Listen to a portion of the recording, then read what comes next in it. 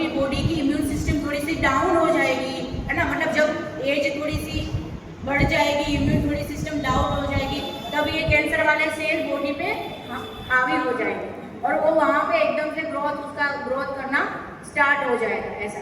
तो वो फिर जो ग्रोथ होता है वो अपने को लेट में डिटेक्ट पड़ता है, तुरंत नहीं पड़ता, जब बॉडी अपनी वीक होती है तब जाके पड़ता है।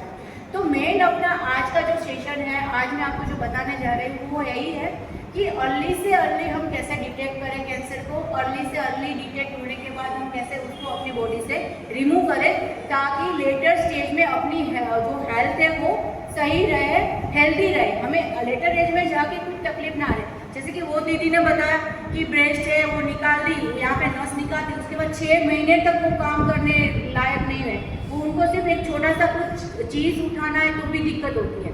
तो ये सभी कॉम्प्लिकेशन है, मतलब जब तक नहीं होता हम उसको नहीं समझ पाते, बट जब एक बार हो जाता है तब बॉडी के अंदर क्या क्या कॉम्प्लिकेशन होता है वो तो जिसको हुआ है उसी को जाके पता चलता है कि कितना दर्द हो रहा है, कितना नॉर्मल रूटीन लाइफ में कितनी दिक्कत आ रही है, किस किस का सहारा लेना पड़ता है, वो सभी दिक्कत है।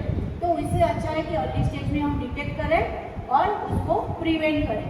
तो ब्रेस्ट कैंसर जो है आज मैं उसके बारे में आपको डिटेल में बताना जा रही हूँ। आज जो हमारा सेशन का मेन एम है वो है कि नॉर्मली हम ब्रेस्ट का जो स्ट्रक्चर एंड फंक्शन क्या है, कैसी ब्रेस्ट है, बाहर से तो हम सभी ने देखी है, बट एज ए मेडिकली आपको पता होना चाहिए कि वो कैसी है ऐसा। फिर what is the breast cancer, breast cancer क्या है, then the causes of the breast cancer, मतलब कैंसर होने के कारण कौन कौन से हैं, जो हमें कारण पता हो तो हम वो कारण को प्रिवेंट कर सके, रोक सके, है ना। Then the stages of breast cancer, मतलब कौन कौन से स्टेज में कैसे कैसे स्प्रेड आउट होते हैं, जैसे दीदी ने पूछा कि मुझे जानना है कैसे स्प्रेड होती है ऐसा।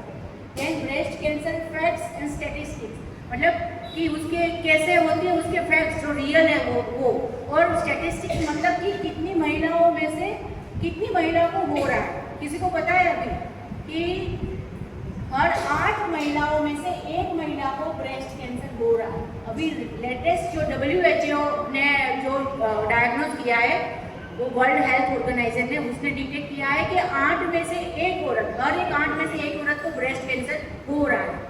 तो अगर अर्ली डिटेक्शन हो जाए तो उसकी लाइफ तो मतलब संवर जाए ऐसा बोल सकते हैं हम। Then risk factor of the breast cancer, symptoms of breast cancer, how to prevent breast cancer, screening and early detection, then periodic comprehensive screening programmes, मतलब अभी अपनी सरकार जो है वो ब्रेस्ट कैंसर को प्रिवेंट करने में क्या क्या रोल कर रहे हैं, क्या क्या हम मतलब सरकार के जो भी हॉस्पिटल्स है, दूसरे हमारे जैसे बड़े हॉस्पिटल्स हैं उसमें कौन कौन से प्रोग्राम्स चल रहे हैं कि हम वहाँ पे जाके उस प्रोग्राम्स का बेनिफिट्स ले सकें। एंड जो लास्ट वन है वो मेल इन ब्रेस्ट कैंसर, मतलब क्या मेल में भी ब्रेस्ट कैंसर हो सकता है क्या, कोई बोलना चाह सकता है? फीमेल को ही ब्रेस्ट कैंसर होता है कि मेल को भी होता है? डेफिनेटली मेल को भी ब्रेस्ट कैंसर होता है, बट फीमेल की कंपैरिजन में उनके कैंसर की अमाउंट कम है। मतलब अगर 100 फीमेल को कैंसर हो रहा है तो उसके सामने 1 मेल को भी ब्रेस्ट कैंसर हो रहा है। तो कभी कभी अगर मेल की कोई छाती में पेन हो रहा है, उनको थोड़ी सी गांठ जैसा दिख रहा है, उनको निप्पल में से कुछ डिस्चार्ज आ रहा है, तो उसको भी निगलेक्ट करना नहीं है, डॉक्टर के पास जाके उसकी भी जांच करवानी है। तो पहले जैसे कि मैंने बोला हम ब्रेस्ट का स्ट्रक्चर एंड फंक्शन करेंगे, है ना। तो ब्रेस्ट मेनली क्या है, तो breast is are a primary fat tissue, ठीक है। और ब्रेस्ट का मेन जो फंक्शन है वो है breast feeding. Breast tissue is a complex network of lobules, lobes and duct. और जैसे कि आप ये देख रहे हैं